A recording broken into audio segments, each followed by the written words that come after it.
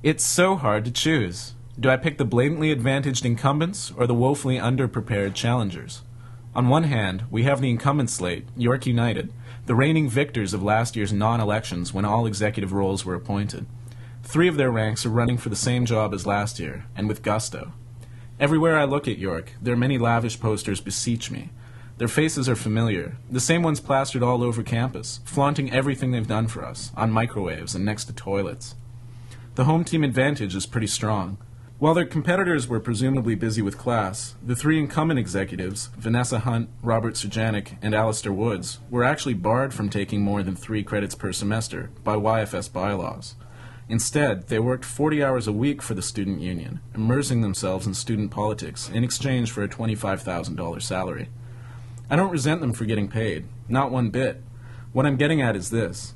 Is it any wonder that Hunt and company seem better prepared? This is their job, and it got handed to them on a platter just a year ago. It's probably a good thing they have competition this year, lest students start asking why their leaders haven't truly been elected in over 2 years. Given that we pay $1.55 per credit in YFS fees, it has certainly been a case of taxation without representation. And then there are the challengers. No, I didn't forget about them, but I might just be the only one on campus who didn't. The first few days of the campaign period were awash in York United ads, but where was Free York? No posters, no handbills, and no canvassing until well after the campaign had already begun. We're currently in the midst of the voting period. York United acolytes are everywhere, flanking students and flogging the vote, as close to the booths as election bylaws allow. Free York advocates, on the other hand, are nowhere to be seen. I'm sorry, guys. Honestly, I've been battling for you in the little word tussles I have with my friends and the other editors here at the paper. But hashtag Let's Bring Drake to York? That's your motto? Drake's a pretty popular guy, but take a look at the people you're running against. They're not even speaking the same language. York United, for all their faults, know what the issues are.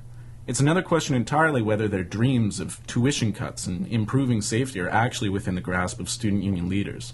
They aren't. But damn if they don't know how to run a campaign.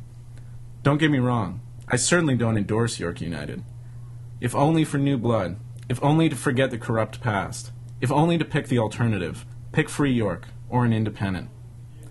And so it is, York students elect their leaders for the first time in years. When we'll have a fair election is anybody's guess. Alex Wagstaff, managing editor.